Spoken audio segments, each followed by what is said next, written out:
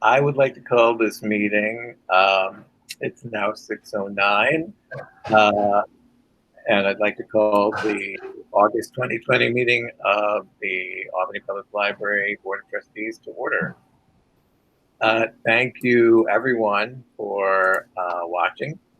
And I'd like to give the floor over to Assistant Director Melanie Metzger, who will explain how parts of the meeting will work, and we'll talk about public comment. Okay, so just a reminder for anybody who is looking to provide public comment. In order to do so, we ask that you email them since we have verbal comments closed on this. So if you want to give us a public comment, please email. It's publiccomment@albanypubliclibrary.org. So that is publiccomment@albanypubliclibrary.org. This evening, we are going to be utilizing our online voting capabilities, and our agenda will be the main screen. So during this meeting, I will be presenting my screen. When we have a presentation later in the meeting, I will stop sharing my screen, and one of our head of branches, Deanna DiCarlo, will be sharing her screen.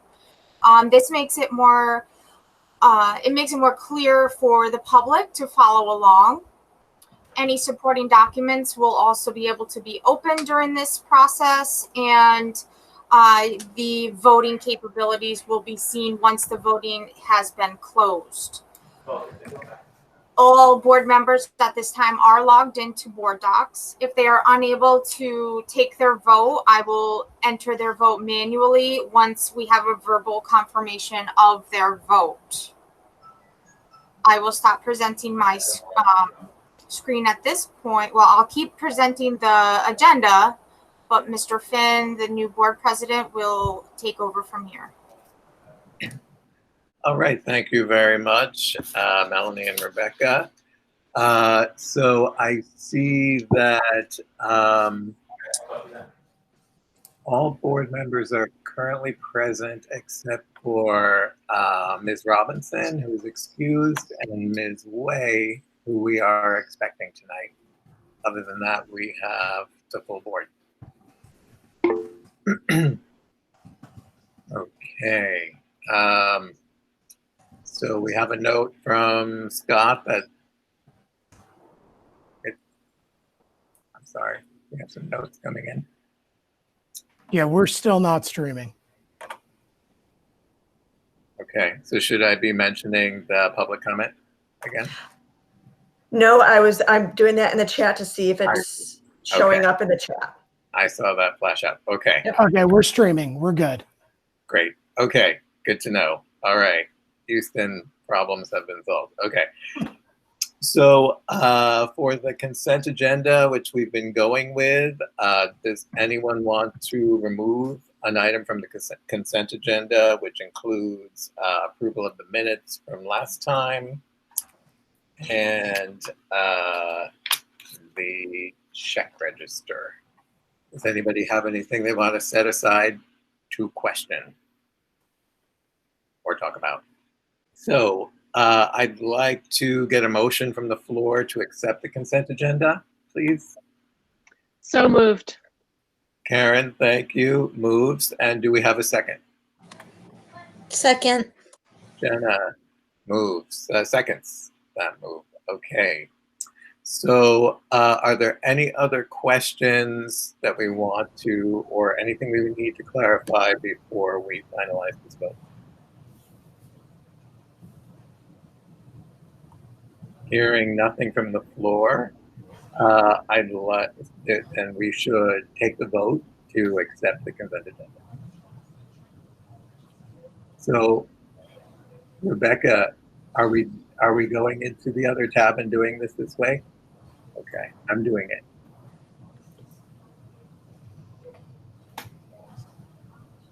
Was everybody able to vote using the board doc system, or should we also do a roll call just to back it up? I just did, and it was really nice. So thank you to Rebecca for setting that up. Rebecca. That It was really nice. Everyone voted. Thank you. Everyone voted? Great. All right. So, do we need it? So we don't need any kind of roll call anymore. And Rebecca is going to show us the results of the vote right here. We have 7 yes, 0 no, 0 abstain. And there we go. Okay, so now we're going to move on to the next item. And that will be to take a look at the draft treasurer's report. Did anybody have any discussion, questions, anything they wanted to speak about with the treasurer's report?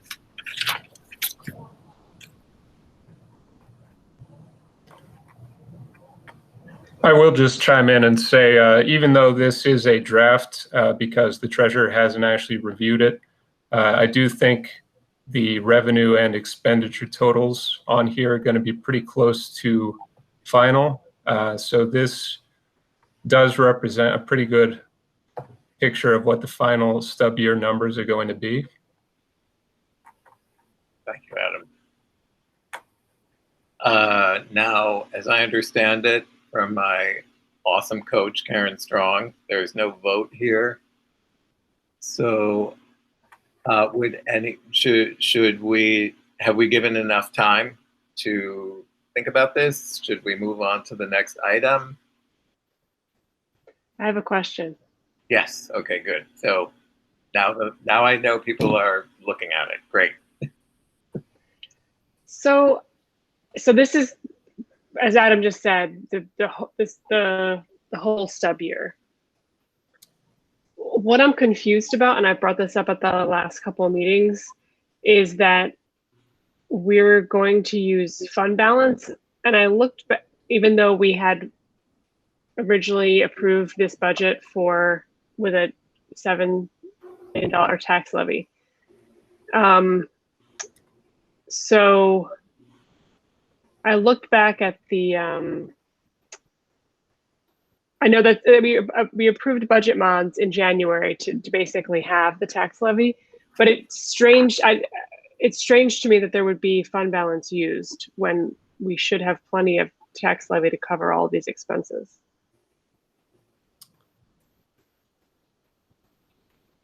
I guess I would need to see what you're looking at. I thought the budget mod documents that were approved back in January outlined that there was going to be a reported fund balance usage for the stub year. Yes, and if these actuals are correct, it's actually less in the actuals than it was budgeted. However, there's a portion of the tax levy that we're not using in the 6 months. I think what you may be referring to, I know we had a discussion about it in a meeting with Chuck. We have a line on our balance sheet that's like a deferred revenue. Yes. And due to this fiscal year change, we're not going to need that line anymore. So the money in that line presumably is going to have to be realized during this stub year. So that's something that's going to come up during the audit. I think that's not reflected on these reports. Right. But once we see the audit, I think that will be addressed. Thank you. Thank you so much. And I look forward to when we can get the balance sheet again. I know why we can't, and it just will be nice to see all the pieces. Very helpful. Thank you. Did anyone else have any questions or comments about Treasurer's report? Nope, that was my question too. Great. Great mind, think alike. Good. All right, are we ready to move on to the director's report? Okay, so it sounds like we are. So we'll go on to the next item, which is the director's report, and I'll hand things over to Scott. So in the month of July, and actually some of this is part of August as well. So far we have had 12 staff go into precautionary quarantine. The majority of them have tested. There were no positive cases so far, and no locations have been shut down due to these quarantines, but one department was quarantined for about a half a week. So I just want the board to understand that we're already having individuals being contacted or having symptoms. We're now quarantining returned items for 96 hours based on some findings from Realm. However, we're currently discussing this among library directors. They did a phase 2 lab study, and it was interesting. Some of the things that came out of it, I think the 96 hours might be a little reactionary, but there's nothing wrong with being reactionary and cautious. But I do think the 72 hours was more than sufficient. 96 hours will without a doubt be sufficient. And we are having a conversation at a system level about an agreed level of quarantine. While Phase 2A introduces in-person appointments at select branches, it also continues curbside service. So remember, curbside is not going away. I actually don't think curbside is going to go away for a very long time. And we are looking at introducing in-person service. Originally, it was Arbor Hill, Howe, and Pine Hills, but as you will find out from later discussion, it may be limited to Arbor Hill and Howe. This will be in-person select service. The reason why we've selected these buildings is there are larger buildings. They have higher ceilings, better airflow, and updated HVAC systems. So these are all the things that we have to take into consideration when we're bringing people into the building. Safety, a building adjacent to Arbor Hill West Hill property was destroyed by a fire on July 19th. No real damage to our, it was adjacent to the parking lot, so no real damage to our property. I think we may have lost one Ballard light, and that was about it. But other than that, the city was really great about reaching out to us. They did use our parking lot when they were taking the building down. We have also had several issues with behavior around the Washington Avenue branch. Some of those, after talking to neighbors and the police department, we took our benches out from the front temporarily. Those were removed, and those will come back once we have enough staff to monitor the area. But it really became a concern to us. It became a concern to neighbors as well. Services, virtual reference has increased significantly. We believe we're slowly getting the word out about the service. Curbside delivery started and was extremely successful. Patrons seem happy with the service, and we have not seen a significant decrease since launching. I know that was some board members' concerns because they saw experiences at other libraries, but the branches that have been doing it for multiple weeks now, that's Delaware and Bach, did not see a significant decrease, and now we're seeing an increase because we added Howe, Arbor Hill, and Pine Hills. And we also participated in the Story Walk program done by Upper Hudson. I believe it's 6 parks around the city of Albany. You can find a picture book that you can read and follow along with. I've done those with my dog because my 8 and 10-year-old are not interested in picture books anymore, and kind of made me sad. I don't know if Ripley was interested either, but I tried. Operation, this year's construction grant has been submitted, so we're very, very happy about that. Administration, the library administration has been attending multiple webinars about reopening. APL seems to be on the right track, if not ahead of most libraries. So that's good. We learn a little bit from each one of these things that we attend. Some of it is mostly just saying, okay, we're doing the right thing. How do we build off of that? And over the next few weeks, I'll be presenting at several online community meetings about our operations and about our continuation of service plan. I think I've presented to 2 or 3 groups now. I'll be presenting to another group tonight. All the feedback I've gotten has been relatively positive. I've been touching on our continuation of service plan, the fact that we're using science and not gut instinct to drive our reopening.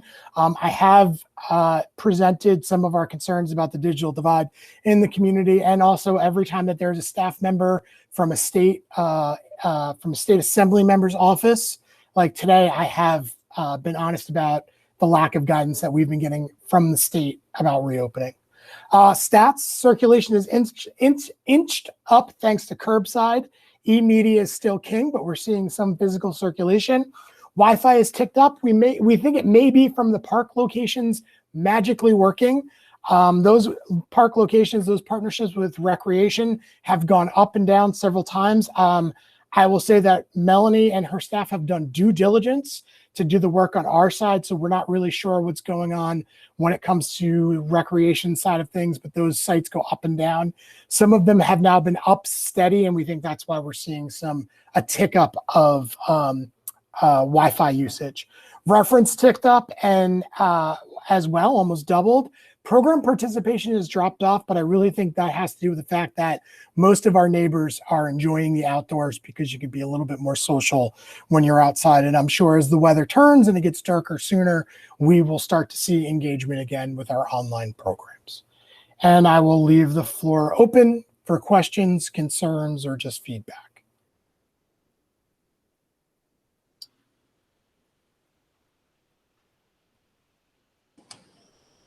I love the book walks.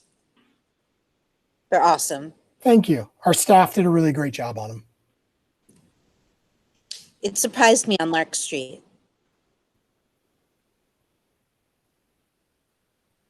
Very cool. Does anybody have any other comments or feedback for Scott? Okay, hearing nothing from the floor, thank you. We'll move on to the next item. Thank you so much, Scott. And we will be hearing from Deanna DiCarlo about staffing concerns.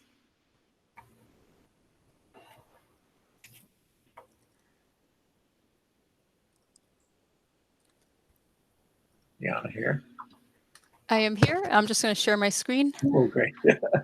Sorry about that. I won't let you down, Matthew. All right. Thank you so much, everyone. And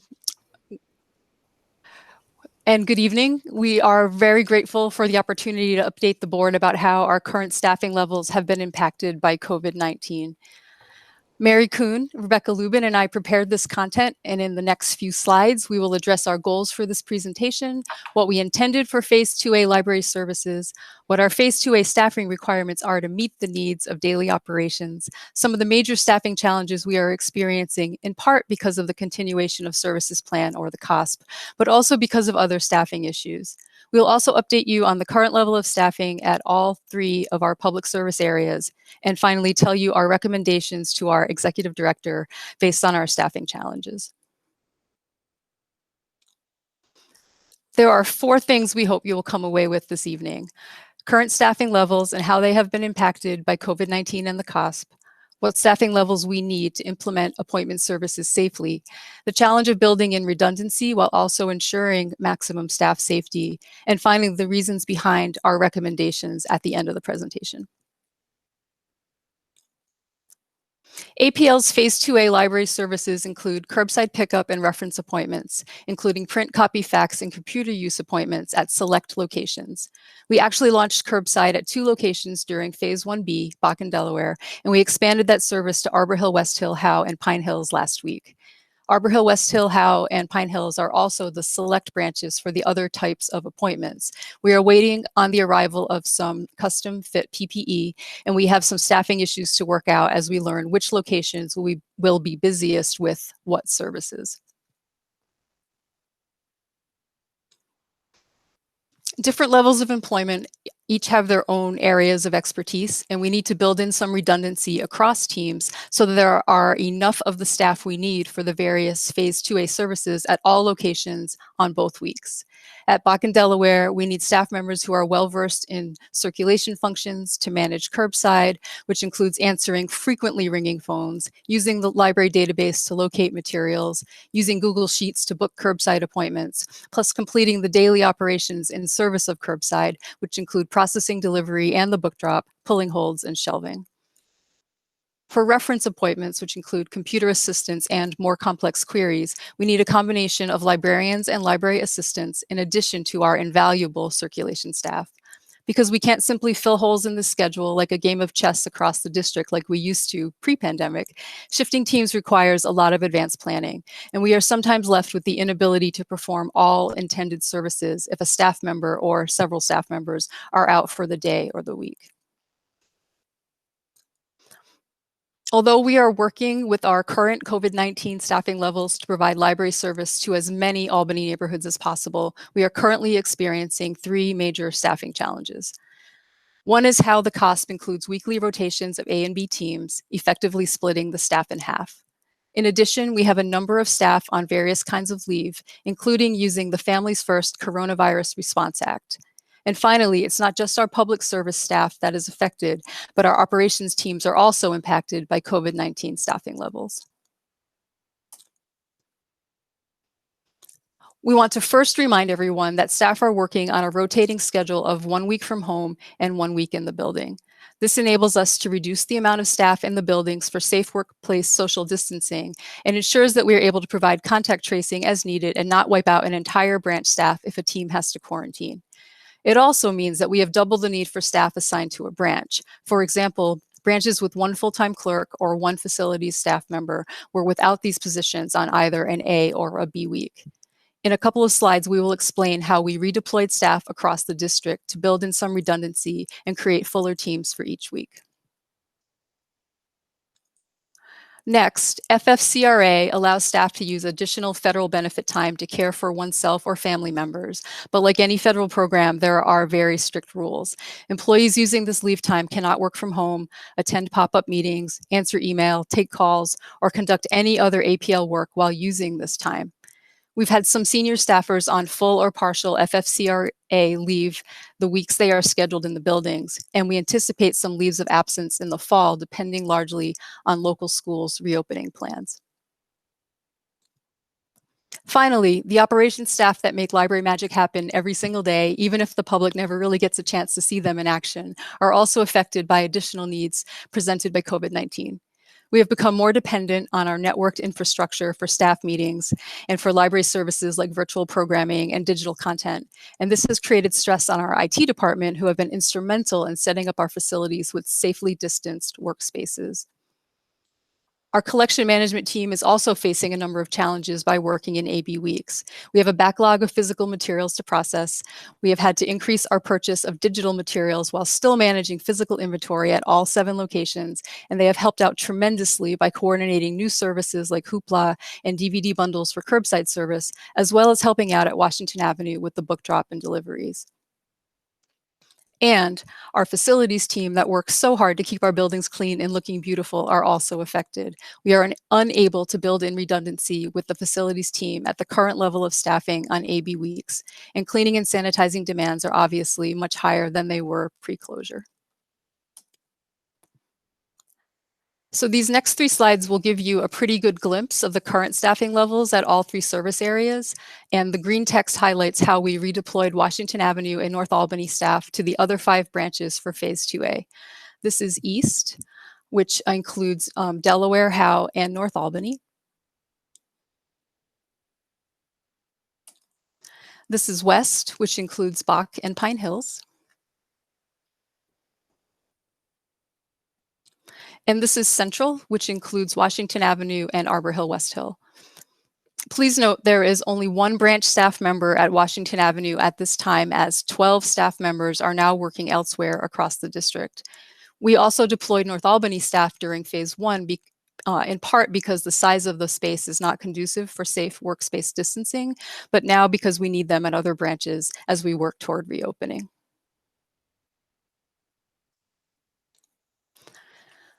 Although our staff are very resilient and are working very, very hard to manage daily operations with fewer teammates, we still have a number of challenges.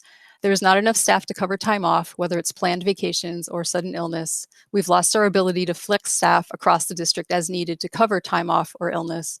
And shifting AB teams requires a lot of advanced planning.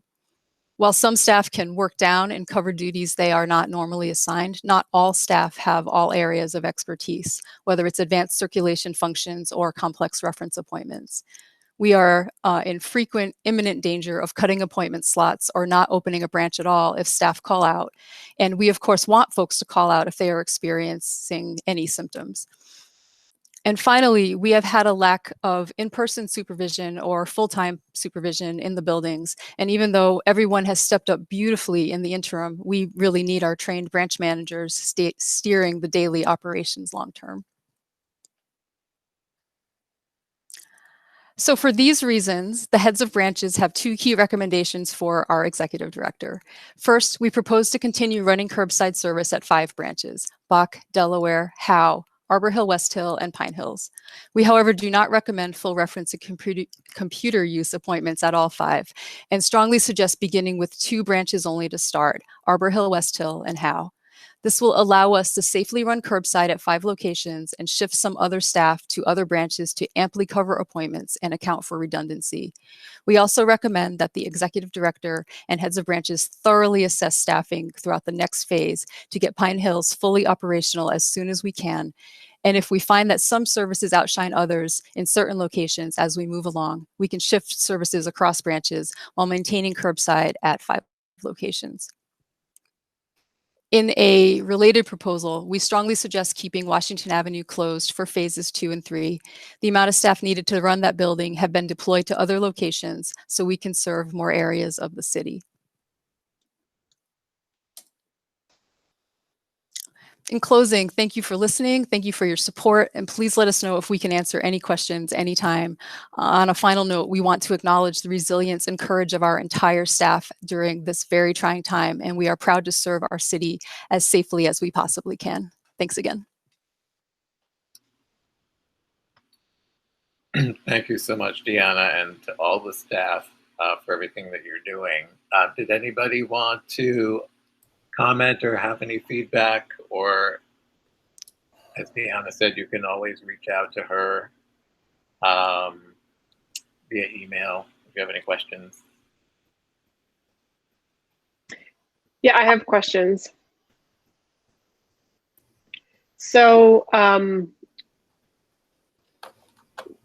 can't remember quite when we approved a contract for cleaning, additional cleaning services. Is that still in place? And how is that fitting into all the distancing and capacity for cleaning? So yes, can you guys hear me? I'm having speaker issues. Okay. Yes, we have the contract cleaning. They're coming in. They're doing the branches on the weekends. The reason why we're doing that is because that's those 2 days are kind of the bridge between Team A and Team B. So it's almost like a third party coming in and cleaning.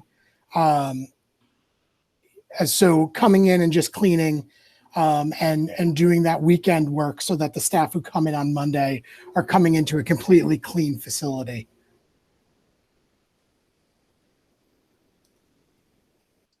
Thank you. Sarah had a question.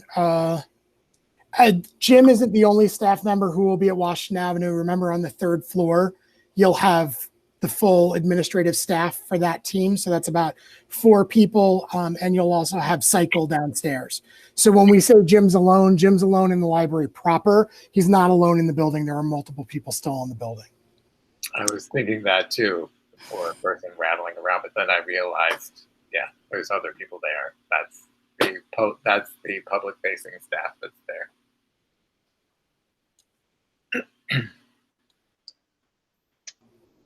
I'm also curious. I'm really so impressed at everything all the staff is doing and all the thought that went into that presentation. And Deanna, you did a lovely job with it. Thank you. What would it take to have curbside at Washington? Like how many people? I would say 4 to 5, which, to be completely honest, would be enough people to probably do by appointment service at Pine Hills. And again, the other concern with Washington Avenue is ceiling height and having people in the building and the HVAC system. So it's not just staffing that would really get in the way for curbside delivery at Washington Avenue. It has to do with space and things of that nature. So we would rather use that staffing, which we would not need to kind of carve out of what we have budget-wise to do in-person service at Pine Hills, as opposed to curbside delivery at Washington Avenue, because Arbor Hill and the Delaware branch are relatively close. So, and kind of going off of that, excuse me, and thinking a little farther into the future, if we're having these staff challenges with just going into this next phase, how are we ever going to go farther? And like, how can we fix that? So we can fix that too. Honestly, again, Tom, there's no fixes right now because we're dealing with something we've never dealt with before. And bringing on more staff, I don't think is, right now we have to figure out what staff we need. We need way more services, backup staff, operation staff. We need more cleaners. We need more CECs, community engagement clerks, because they need to be monitoring people in the building. We could even use more IT people. So we could staff up. However, I think that would be temporary, and I don't think we have the budget for that, and we don't know what the budget headwinds are going to look like. What I think we need to do is be slow and cautious on this. Right now, I think there's a very clear goal right now is to get Pine Hills operating in a way that it can see people. So that's our next goal. And then after that, I am more than willing, once we get Pine Hills open, to look into the future, see what things look like, and say, okay, how do we do curbside at Washington Avenue? Or how do we mitigate these issues moving forward? But right now, I think we have a really clear and good goal, which is getting Pine Hills open for in-person services. And once we get there and we have a better idea how to move forward, then I think we can look at these more future-looking 6-month, 12-month things for the organization. My hope is that, by the spring, we won't need to have AB teams. That will be, comfortable enough that people are coming in once a week. And then, we can go into those future phases. That's really going to be the key to reaching like a phase 3, which is just there's enough community mitigation that we're comfortable that we no longer need to build in redundancy, or we're willing to take the risk because the risk is lower and the reward is higher, that we move out of that. But okay. I really don't foresee, it's not just about hiring librarians and clerks. We need to hire, we always have needed to hire, we need more operations staff. Right now, all it takes is one operations person calling in sick for multiple days, and there's no one in that branch. And it's not like it was before where you could just say, hey, Dwayne, jump in the truck and run over, because now you've got Dwayne who's interfaced with 2 different sets of staff. Yeah, no, I think opening Pine Hills is a great goal. And once we're there, Tom, I promise, I think Deanna will say, she knows me well enough, then I'm going to have the next goal for us to move to. And like I've said, we're going to get there. My team's going to get us there. But we just got to do it slow and smart. And, I'll share what I've been sharing with everybody, which is I think at some point between Thanksgiving and February, we're probably going to see a rollback to just curbside delivery. I think, there is a strong possibility of some lockdown in the winter months. And, I've been open and honest about this for the last 6 months. We're on a fader. And the next big change to the COSP is going to be to kind of lay out what that fader looks like and what the triggers are going to be for it. So I think our goal of getting Pine Hills open is a good one. And I also think we just need to be prepared to go a little backwards between November and March. And if we don't, that's great. Science has done a fantastic job, and maybe the federal government has gotten its act, has figured out how to do this correctly. And that's my hope. Thank you. Great questions. Does anybody have any other feedback, comments, or questions? Jenna? So I know that we're like a lifetime away from people in the building, but in this world where we're realizing the limitations of our staffing as we look towards the end of our phases, how do we anticipate, would we need to staff up to accommodate something like that? People in the building being patrons and everything. I've been extremely clear for the last 5 years, and I don't want to sound like a jerk, but I think I've been extremely clear for the last 5 years that we are a very spread thin organization. We were great about running lean and mean. However, the problem is, when you run a lean organization, if you don't build in redundancy, and this is what organizations are seeing across the country, class size. Class size is too big for schools, and now they're saying, oh my God, we need to figure out class size for 10 kids. I can tell you, as someone with a degree in education, we should have always had a class size with 10 students in it. It would make a huge improvement. So Albany Public Library, though, has run very thin, to the point where I give the example of, if you call in sick and we say, hey, do you have a fever? We've asked you to come in. We can no longer do that. And I don't think we ever should have done that. So again, goes back to my statement. You can run lean, but you always have to build redundancy into being lean. So I think we're going to have some hard conversations. Next fiscal year is going to be tough. I'm sorry, it's going to be tough. I don't care what anybody says. And we're going to have some real conversations about the size of this organization and how it operates. And I think those are all things we've been saying for a while, how we can better serve the public. I don't think we're serving the public as well as we should, because we're spread too thin. This has just been, this pandemic has just really brought it to light. And I just want to follow up. Thank you, Jenna. I wanted to follow up on Jenna's question. I understood that some people have resigned or have left the organization during COVID.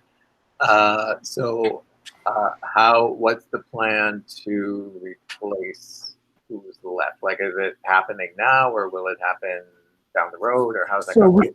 So we have wanted to present this to the board just to take the board's temperature on it. What we're doing is, and what we've been doing, we put a hiring freeze on purpose. When we went into this, we realized that we were going to have to retool the organization. So what we're going to be doing over the next few weeks is looking at the open positions and then working with management and staff to figure out how do we retool to do the work that we're going to be doing for the next 6 to 12 months.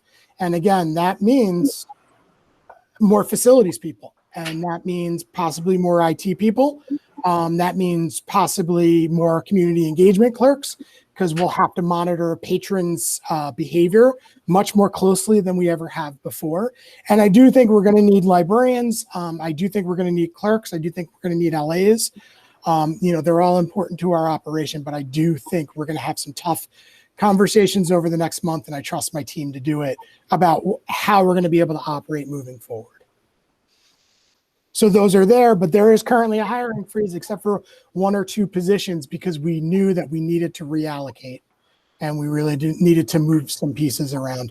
And I don't want to be, I don't want to sound flippant when it comes to people and calling them resources and reallocation. I know that's very business speak, but I think it's really important for us to understand that funding drives staffing, and budget drives staffing. So that is a reallocation of resources.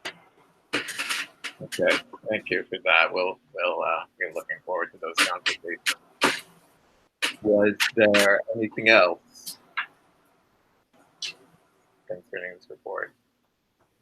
I would like to reiterate my own thanks to Deanna for putting together such an informative report, and the staff and the branch managers. It was really informative and well presented. And I just wanted to reiterate that piece. Before we move forward to the next agenda item, Melanie has let me know that we're going to need to reiterate public comment because of some of the technical difficulties we were having in the beginning. So Melanie's going to do that, and Melanie suggested that because many of us didn't know, myself included, that people who are dialing into this meeting from the public are not able to see our chat. I actually thought they could, or didn't think one way or another about it, but Melanie suggested that I read out questions that came up in the chat. So there's a lot of comments and stuff. I see one question from Sarah Dallas that is having only one staff member at Washington Avenue State, and I know Scott did a great job of answering that. And if you are watching the recording of the meeting, you'll be able to go back and see that. So I'm going to let Melanie reiterate what she usually does at the beginning about public comment before we move forward. Matthew, can you hear me? Yes. So the chat is really a problem for open meetings law too. And I know we're working on an issue with Sarah trying to get a signal, but we really can't do the questions that way, even if you're going to read them out. Everybody has to have synchronous communication in order for this to be a valid meeting under the open meetings law. Right. And I know that one question did get addressed orally. So luckily it didn't go too far. And thank you for that, Bob. Great clarification. And Melanie, did you want to just reiterate, because of the technical issues we had in the beginning, about how to do public comment? Yes, let me 1 second here. So I can get the.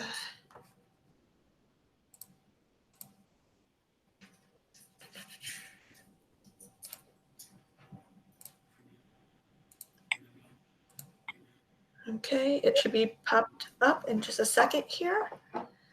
Just a reminder to anybody who wants to submit any public comments that we are requesting that you submit it via email, because our verbal or audio is closed. So if you want to, and that will be read off during the public comment section of the meeting. So once again, that email is publiccomment@albanypubliclibrary.org. That is publiccomment@albanypubliclibrary.org. And that will be read off if you should want to submit a public comment. And that's it. Thank you, Melanie. And that normally does happen at the beginning of the meeting. We're just inserting it here to make sure that everybody got it. Okay, so moving on to the next agenda item. Rebecca's bringing the agenda back up. We're going to have Board of Trustee Committee and Liaison reports. And let's see. The first one on there is the Upper Hudson Library System report, and there was no Upper Hudson, there is not going to be an Upper Hudson Library System meeting this month. The tradition in that board is to take August off, but I will say we got some updates the other day in email, and I think the one update that I wanted to talk about, the other ones are just very kind of a little bit just mundane daily business type things. But it looks like for the Department of Library Development grants, the DLD grants, are expected to pay out only 20% because of budget cuts.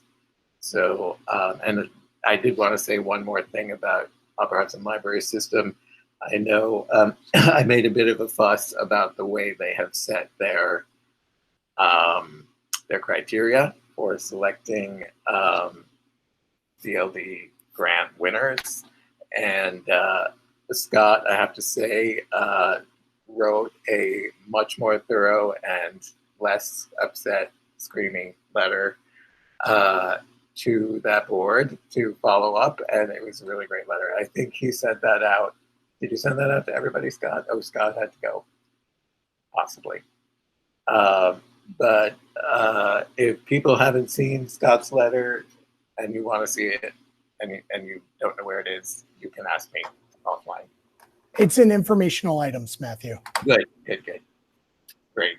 So people can take a look at that if they'd like. It was very well written. Thank you, Scott.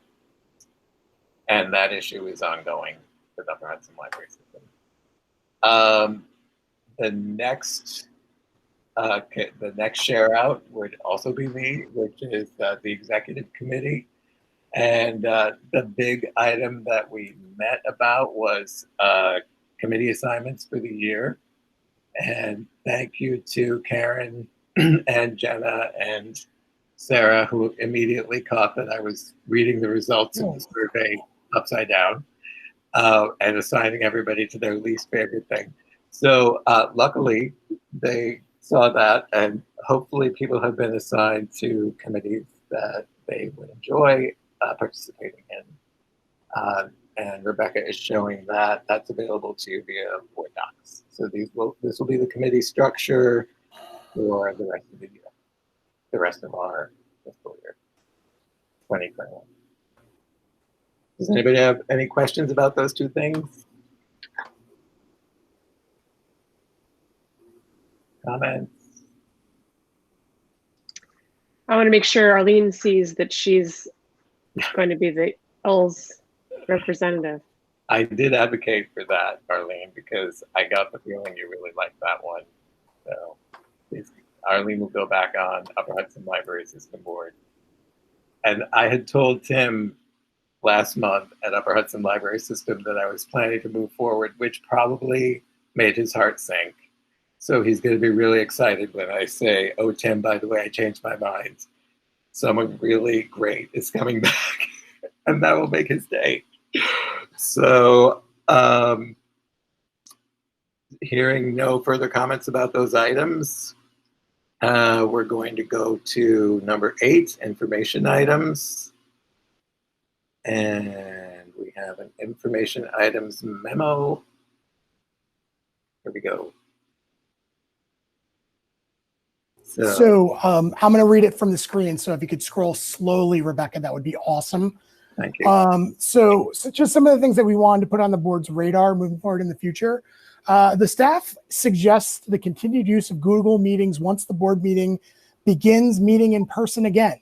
Google Meetings would make recording board meetings easier, drastically improving our audio recording.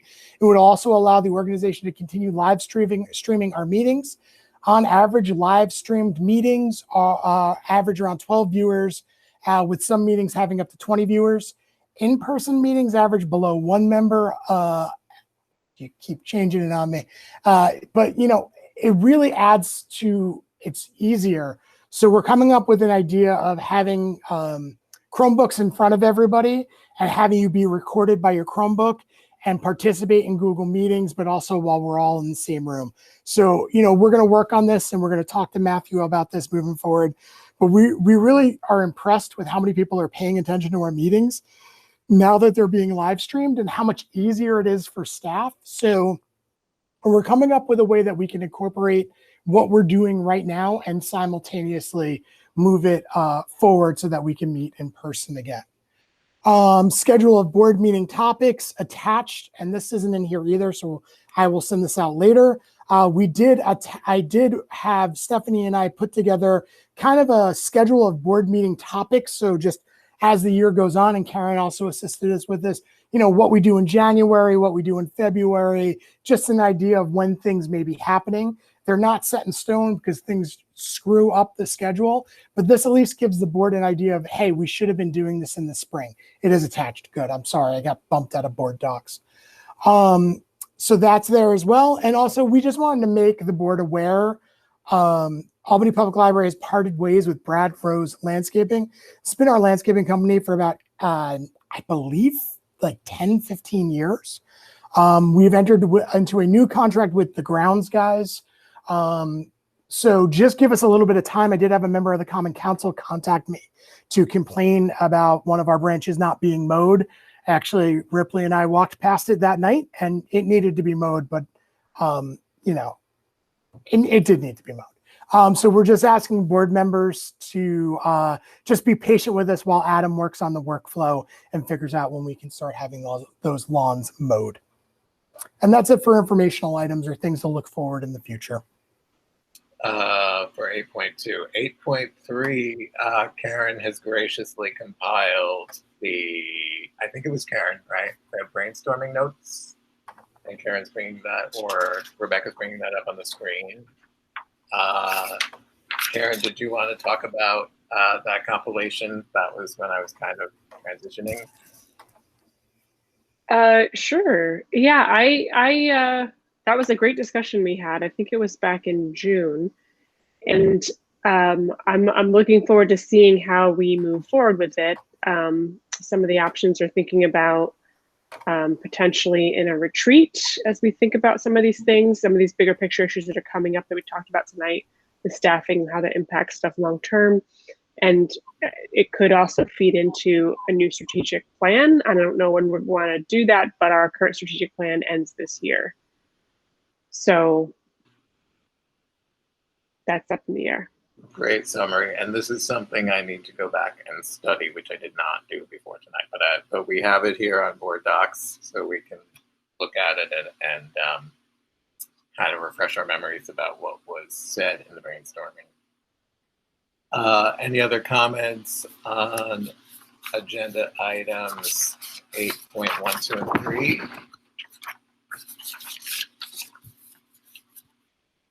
Hearing nothing from the floor, let's move on to agenda item 10.1, which is the update on the COSP.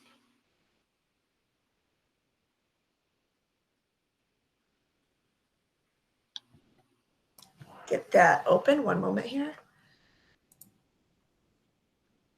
So just to give you a little bit of update on our continuation of services plan, pandemic version, we now have a table of contents, as you can see. So it gives you a little bit of a better ease of reading it, since it became quite the lengthy document as we were adding to it. We have done away with the addendums because that was also getting confusing. It referenced addendums, so we just added them to the plan itself. Material handling has been added to the safety plan, and that means the quarantining of materials that has been changed from, as Scott mentioned before, from 72 to 96 hours. But that's still in discussion, but that is our current state of affairs at the moment. We have changed the hours of operation during on-site weeks.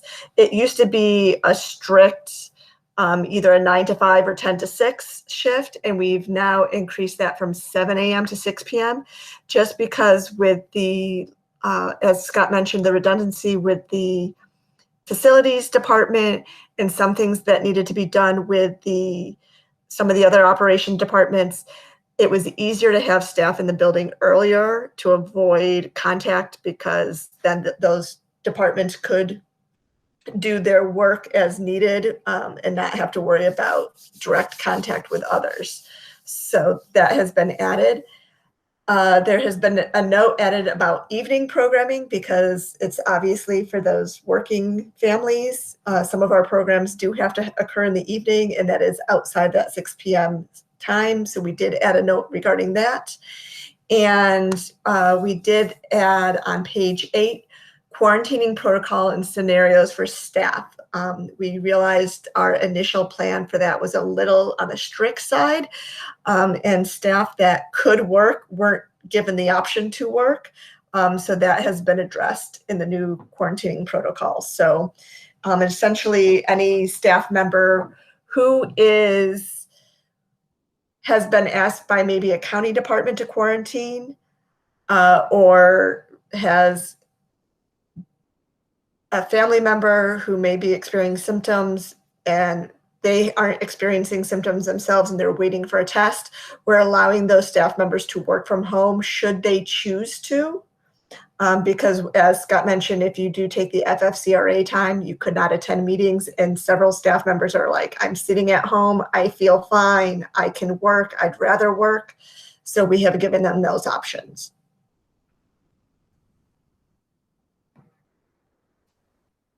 Any questions?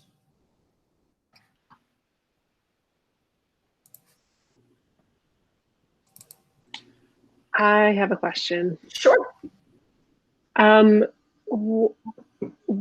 So people on quarantine can be using that special family leave, FFRCA, Yeah. CRA. FFCRA. What about, I know the governor's office has identified states where if you go there, you have to quarantine for 2 weeks. And if you do that, if you were a state worker, you can't use that time for your leave. You have to use your leave time. Correct. Is that reasonable to do? Is it something we could do? Is it something that has to be negotiated? Where is that? We did address that. Let's see. I thought we did. Yes. So it's on page 9, part D. An employee has traveled to a quarantine state. So 1, they do not return to work. They contact HR and the supervisor. They have to quarantine for 14 days starting on the day you return home. we're saying if a portion of your quarantine time falls within your regularly scheduled work from home time, you may work from home during that time at full regular pay, but the secondary week when you were to be in the office, you have to take part of your leave for that. So vacation, sick time, your own sick time, or personal leave for that. Because we're saying that is not you by accident came in contact with somebody you chose. That's a decision. It would be like taking a vacation. You chose to go to a quarantine state. If I know we didn't have a situation, but we had a possible situation of a staff member. She was monitoring it closely of a staff member traveling to a state that was on the verge of going into quarantine. Thankfully, it never did, to help with a sick family member. And I believe at that point, because of that situation and it falling under sick leave, we were offering her family sick should that state have gone into quarantine, but thankfully it never did. I think she still ended up taking family sick time for that. Thank you. You're welcome. Any further comments, questions, remarks for Melanie?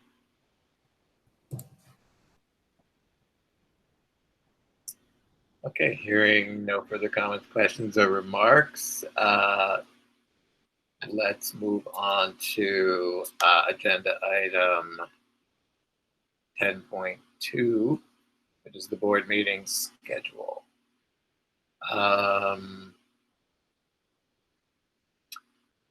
Do we need to vote on, it looks like we should probably vote on the 10.2, the board meeting schedule. Are we voting on the COSP, the updated COSP, to accept that, or no? Okay, great. So schedule, we're not voting on that either. Yes, we are. Okay, good. Yeah, I was getting confused. Oh, we vote on both. So I thought I saw Karen speaking there. I couldn't hear you. I wasn't speaking, I was typing. So I think we vote on both of those things. On the updated COSP as well, to accept that? All right. I'm fine with that. So I'll take a motion to accept the updated COSP from the floor, please. So moved by Tom. Thank you. And is there a second?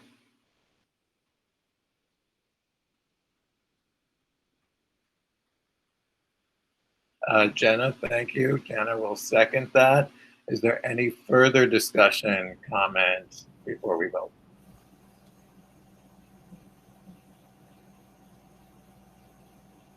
All right. So should we? Oh, the first was Tom. Thank you. The second was Jenna. So we should go into board docs, and will the vote on that be presented to us, Rebecca, when we go into board docs? Unfortunately, this one was not set up for a vote because it was always my understanding that the cost was initially voted on, and so far every update, there hasn't been a vote for the updates. So it wasn't planned to have a vote on this, only for the board schedule and the schedule of service. Well, maybe I'm not sure. We're doing it now. So we're doing I'm going to do it manually. So you'll have to do a roll call, please. Let's do a roll call. I'm going to use a roll call document that the amazing Karen has already compiled. And I'll just start out here in the order that Karen has for us. So I'm going to ask all in favor of the updated cost plan, and we'll start with Jenna. Sorry, when Brenda's here, I'm second, so I wasn't ready. Aye. Aye. Okay. Sarah Shearer. Aye. Karen Strong. Aye.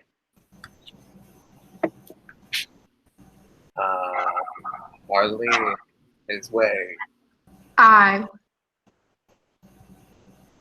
Dallas.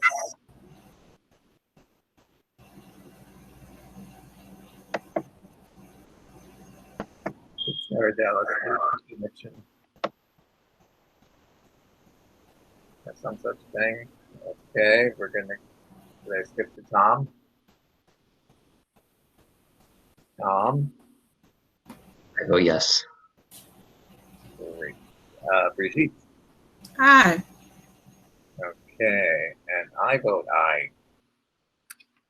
Okay, now I have recorded this manually, and I think, so I'm getting a note from council saying that we can't count this. Okay. I was a little confused. Sorry, folks. That was a practice vote. Apparently, we're not voting on the updated cost. Wait, I think, Bob, can you clarify? You're misunderstanding that, Matt. That's just that vote that was cast in the chat. Oh, so did everybody vote manual or auditorily? Sarah Dallas has to vote. Sarah Dallas needs to vote auditorially. And I didn't hear anything from Sarah Dallas. Can we hear your vote, Sarah Dallas?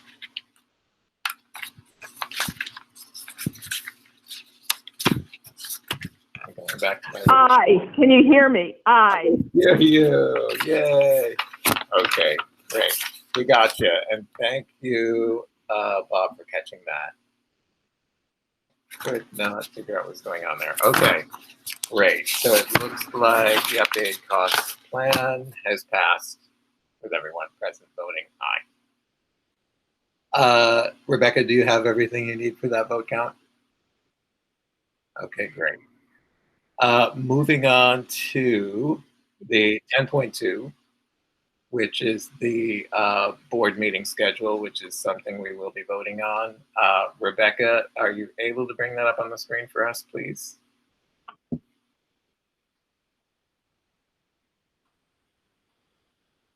I can bring it. The voting will appear on the screen once I have a first, make a motion, and a second. Did you want to show? I think the problem is you stopped presenting. Sorry.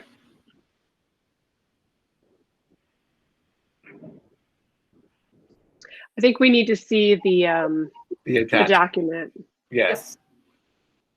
Oh, she was working on that. Okay. There's a little pause we're finding out with Rebecca's connection, so give her a couple extra seconds there. I'm like, oh, I'm nervous. Okay, so this is the draft schedule. We'll be voting. We'll get to take a look at it, and we will be voting on this once we have a chance to look at it. Melanie, did you want to talk through any of this?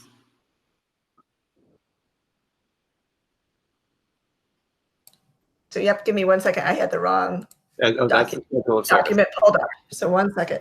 So yes, we have attached the holiday hours. As you can see in the board docs, the ones that are highlighted. Generally, we have our staff development day, but if we cannot all be in the same building at the same time, that obviously those 2 days are highlighted in red because we don't know if those will be able to be happening. Our April one this year did not happen, and we're not expecting the November one to happen either. So those are up in the air. And generally, for the Literary Legends Gala, it's another situation where it's a large event in-house, and whatever branch it's held at, we usually close a little early on that day. So that is also highlighted in yellow. We do want to, oh, was there a comment? Okay. Yep, so we do want to make a kind of heads up that the current contract designates several holidays when the library is to close. And the library does have the option to add additional days. We did add Juneteenth as a proposed day, as it's also a state holiday now. And then since July 4th and Christmas Day fall on a Saturday this year, or the next coming year, union representation has requested that staff be provided 2 floating holidays. The library has proposed 1 floating holiday, making July 4th a 3-day weekend. So that would be Saturday through Monday, as we would already be closed on Sunday, and union representation was open to this option. And please note, there is nowhere in the contract that differentiates weekdays from weekends. So that's kind of the issue with that. Okay, before we go ahead with any comments or questions, I just want to make a note that we've actually skipped 10.2 for now, which we'll go back to. And right now we're talking about item number 10.3, which is the schedule of service. Is that okay with everybody? Okay, so we'll continue with our comments and questions and vote on this item. Then we'll go back to 10.2, which is the board meeting schedule. Melanie, had you finished explaining what you wanted to say about the schedule of service, item 10.3? All righty. Are there any comments, questions at this point before we consider this for a vote? I have a question. Yep. At the bottom, the yellow highlight for the Literary Legends Gala, can we vote on this without having a date there?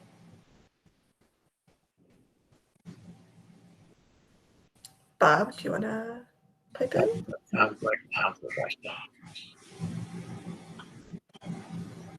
I mean, you can, and you'll have to fill it in when it gets finalized. It's up in the air. I know they have been talking about plans that haven't been finalized yet. Okay, so we can vote on it now, and then when we get that information, we just vote on that separately, that date closing early? Okay. Yeah, and in fact, in the past, many times you've actually voted on it separately because you didn't have it at the time you were doing this. Yep. Gotcha. Great, that's a great clarifying question. Thank you, Bob and Sarah. Does anybody else have any questions, comments, remarks? When we decide, or when the administration, the union determine what date is going to be closed, are we going to be closed on July 5th? Will we update this? How is that be handled? Because right now, July 5th is not on the list.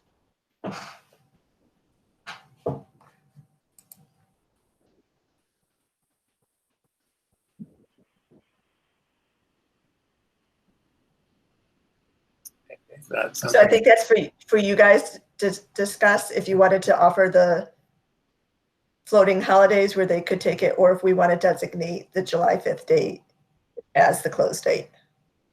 Since generally we're closed on Sundays on July 4th, or on Sundays in July and August.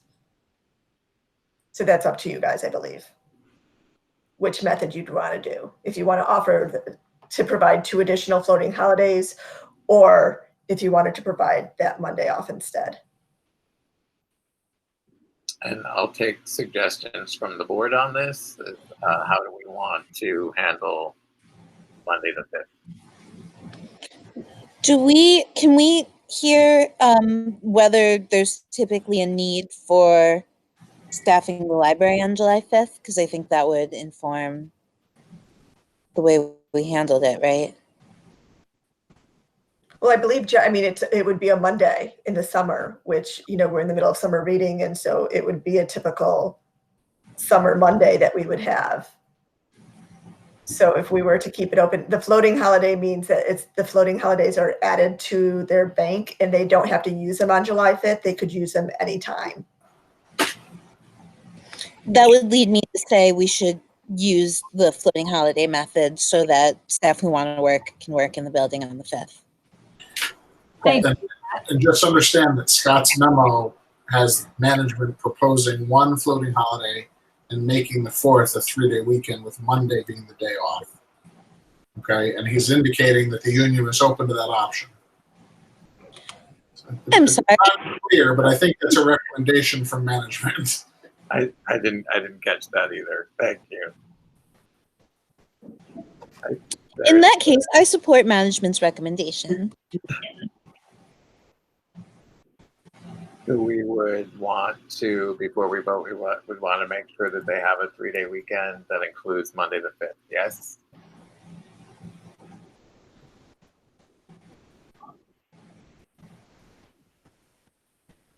Yeah, that sounds good. Yes. Melanie, are you able to make that quick change on the fly before we vote? That would, You don't have to. it would be Rebecca. So Rebecca, could you? Can you make that quick change on the fly? What are you asking to change, Matthew? The motion or the document? Should the document reflect this? You're not going to be able to change the document on the fly, but we can change the motion and therefore have the document change it. Okay, great. Correct. So only I'm going to make let me make a suggestion to make this easy.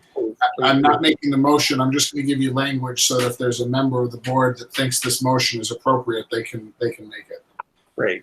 To adopt the schedule of service that has been proposed by staff with one change, and that is to allow a floating holiday for Christmas Day and to observe the 4th of July holiday on Monday, July 5th. And with that change, adopt the schedule of service.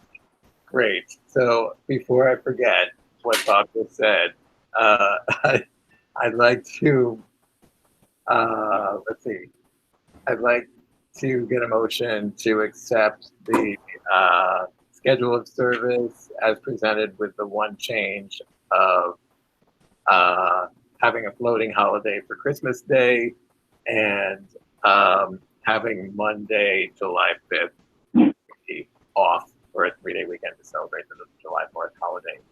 Would anyone, do I have a motion? Do I have someone from the floor to move on that? So move. And who was that, Sarah? Sarah Shearer, thank you. Second, please. I second. Thank you, Brigitte. Is there any further comment or discussion about this motion before we take a vote? All right, then, all in favor, please go to your board docs and cast your vote. Is everyone able to cast their vote on board docs? I know Ms. Wade came in after we discussed all of this.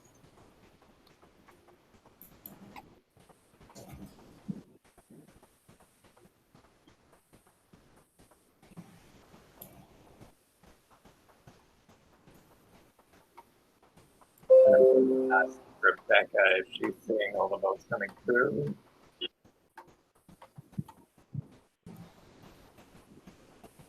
Arlene, are you able to vote?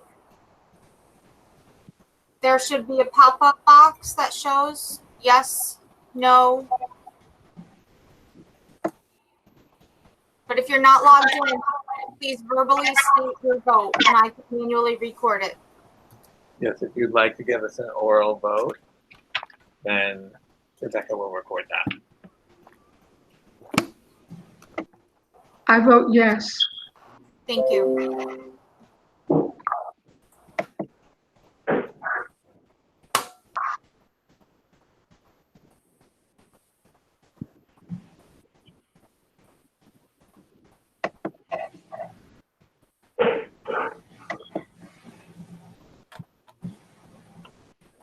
All set. Great.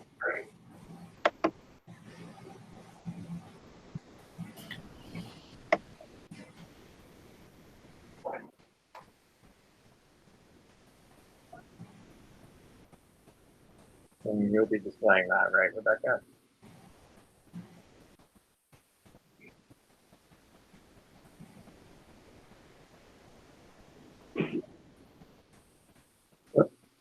Rebecca, are you able to show the results of the vote before we go back to 10.2? The motion carried. It already showed. Oh, I'm sorry, I didn't see it. My computer must have frozen. Okay, thank you so much. Now we're going to go back. We skipped over 10.2, which is the board meeting schedule. We went straight to 10.3. So now we're going to address 10.2, and Rebecca is showing us the board meeting schedule, which we need to vote on to approve.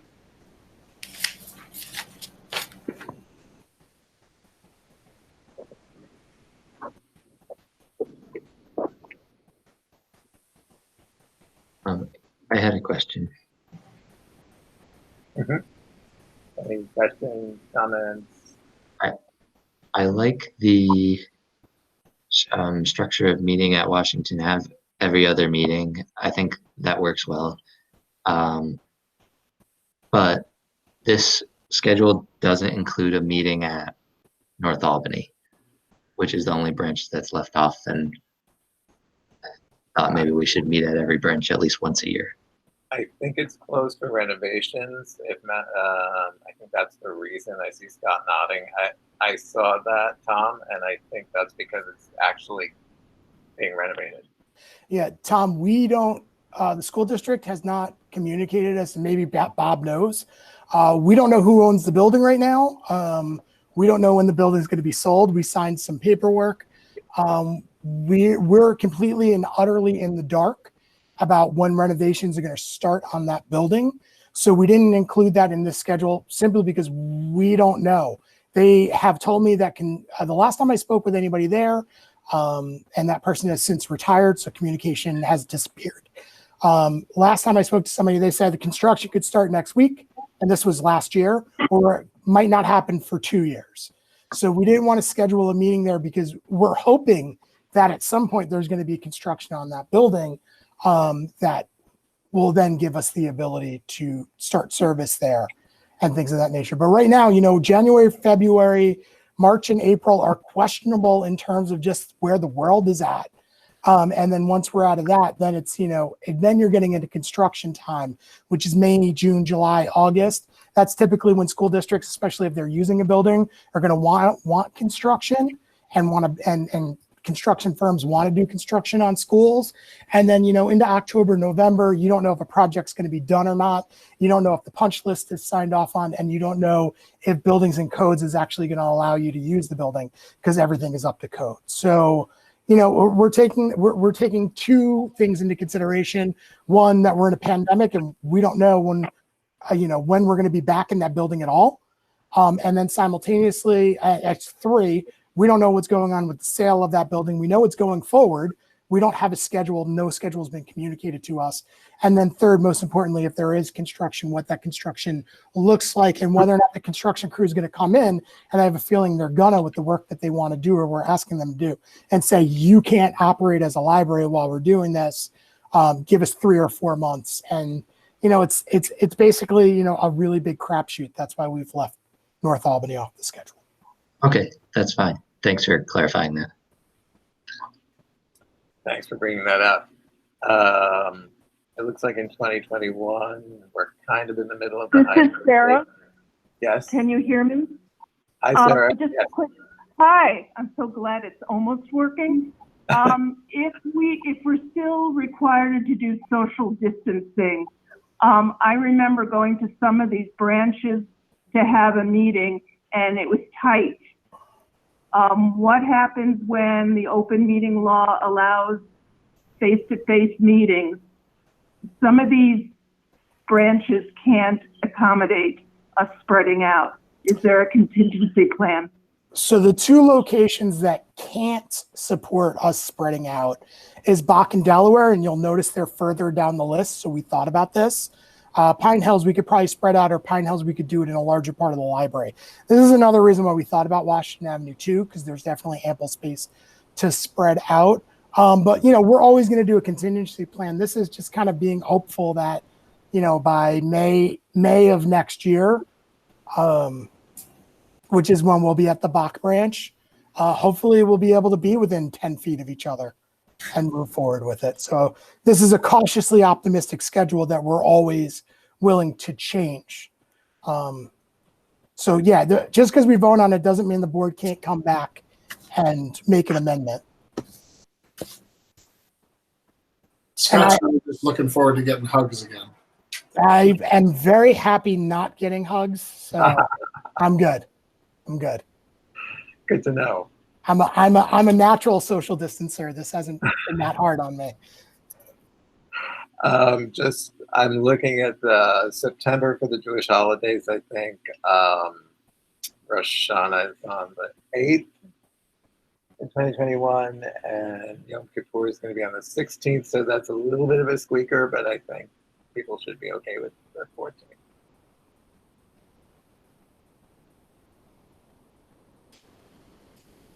Just put that out there. Are there any other concerns, comments, questions before we take a vote on this meeting schedule?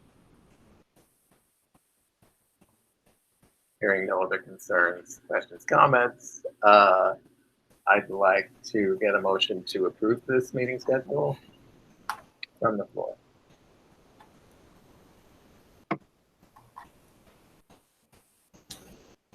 I'll make a motion. Okay, Tom moves. So moved. Thank you, Tom. Do we have a second? A second. Thank you, Brigitte. Okay, wonderful. So Rebecca, Tom moves, and Brigitte seconds. Before we take the vote, is there any further discussion? Okay, so I would like everybody to please cast their vote using board docs. Anyone who's not able to do that, please give us a voice vote.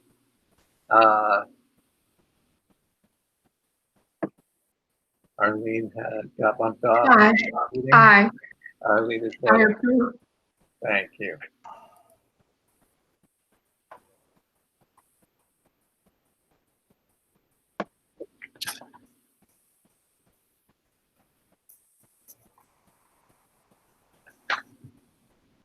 All right. Wonderful. So the motion carries with all trustees who are here. Thank you very much. We're going to move on to item 11, which is the second public comment section. And I'm going to hand this over to Melanie again for that.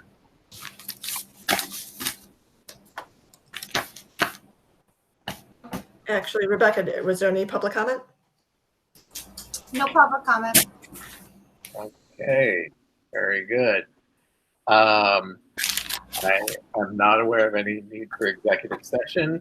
So we're going to go to, let's see, adjournment. Item number 13. Oh my goodness. Matthew? Yes.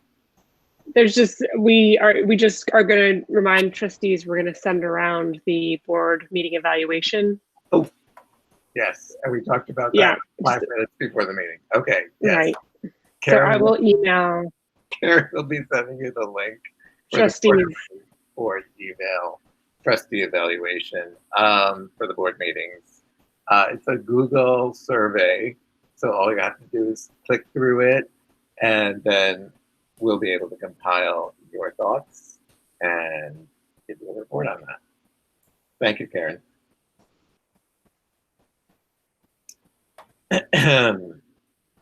Let's see. So item 13.1 is adjournment. Would anyone like to move to adjourn this meeting? I move. Excellent. Thank you, Brigitte. So moved. Do we have a second? Second. That was Jenna seconding. Any further discussion? Let's go to board docs. I recommend that we go to board docs and cast our vote to adjourn the meeting. And we did. Anyone who needs to do a voice vote, please do. Yes. Ms. Way votes yes. And Rebecca will tell us the results.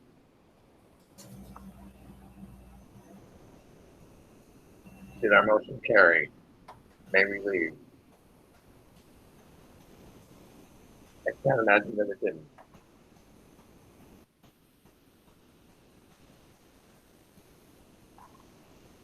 I don't see it. Do you have it, Rebecca? All good. Motion carried. I'm just not sure. Please bear with me because this literally we learned this hour, like an hour before this meeting. You're doing awesome. I'm really trying. It's serious. The motion has carried unanimously. Oh, wonderful. Good night, everybody.